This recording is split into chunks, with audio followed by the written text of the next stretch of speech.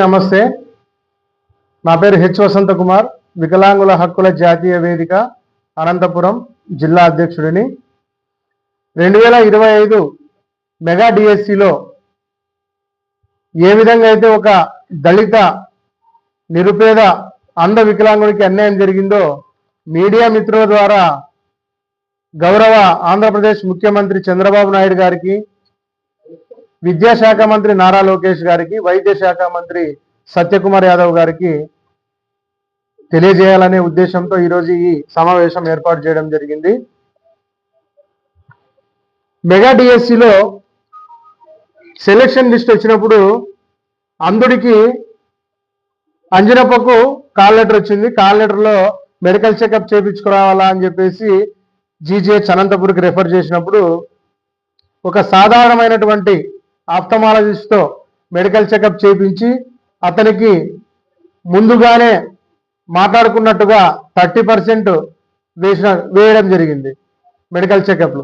మరి అదేవిధంగా మెడికల్ చెకప్లు తక్కువ వచ్చిందని చెప్పేసి పర్సెంటేజ్ తక్కువ వచ్చిందని అప్పుడున్నటువంటి కలెక్టర్ గారికి, వినోద్ కుమార్ గారికి పీజీఆర్ఎస్లో అర్జీ పెట్టుకుంటే వెంటనే పీజీఆర్ఎస్ను జీజీహెచ్ పంపించేసి వెంటనే దాన్ని మీరు తొందరగా దాన్ని కరెక్షన్ చేయండి అని కలెక్టర్ గారు జీజీహెచ్ చెప్తే, మరి వాళ్ళు ఏమన్నారు, ఆ రోజు మెడికల్ చెకప్ చేసి ఆ రోజు ఎవరి దగ్గర చేయించానంటే head of the department, ophthalmologist head of the department medical checkup చేయించి 1కి 10 సార్లు చెక్ చేసి ఆ రోజు అంటే మేము 2వ తేదీ రిక్వెస్ట్ చేసుకుంటే 4వ తేదీ రిపోర్ట్ ఇచ్చినారు. 4వ తేదీ రిపోర్ట్ ఇచ్చిన తర్వాత 40% అని ఇచ్చినారు. మరి 40% వచ్చిన దాన్ని డిఈఓ గారు కమిషనరేట్కి, జేడీ గారికి పంపించలేదు. జీవో నెంబర్ 11/12 ఏం చెప్తుందంటే 1:1 మాత్రమే మీరు మెడికల్ చెకప్ పిలవండి అని చెప్తా ఉంది. అయితే ఇప్పుడు ఇక్కడ ఏం చేసినారంటే శివలింగం అనే వ్యక్తిని నాన్ లోకల్ అనంతపూర్ కాకుండా కడపలో మెడికల్ చెకప్ చేపించి ఆమెను ముందుగానే మెరిట్ లిస్ట్ లో పెట్టేసినారు.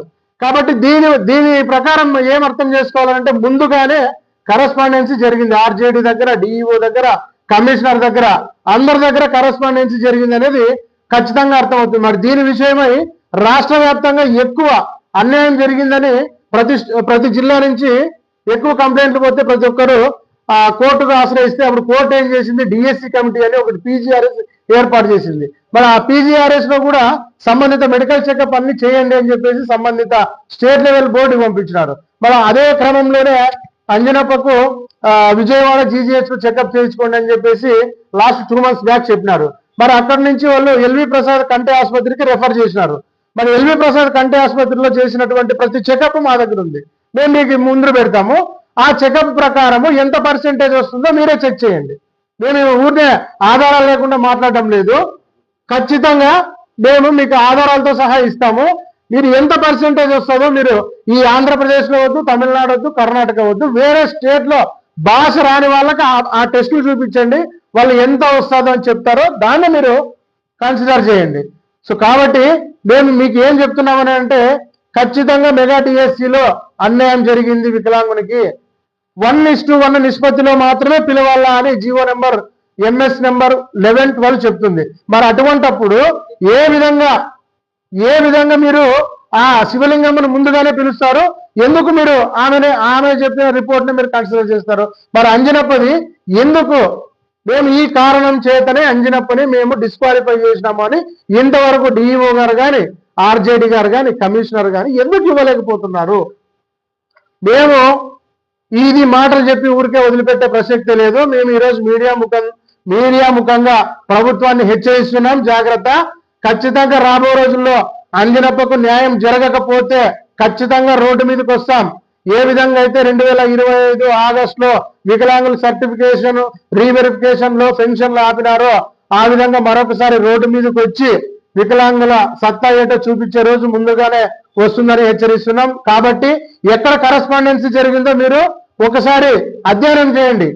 నారా లోకేష్ గారు, ఒక దళిత నిరుపేద కుటుంబం ఈ అన్యాయం జరిగినప్పటి నుంచి ఈ రోజు వరకు అంజనప్పను తర్వాత ప్రభావిత అక్కను మేము కాపాడుకోలేకపోతున్నాం. చిన్న 10th క్లాస్ ఫెయిల్ అయితేనే ఆత్మహత్యలు చేసుకునే పరిస్థితి ఉంది ఈరోజు.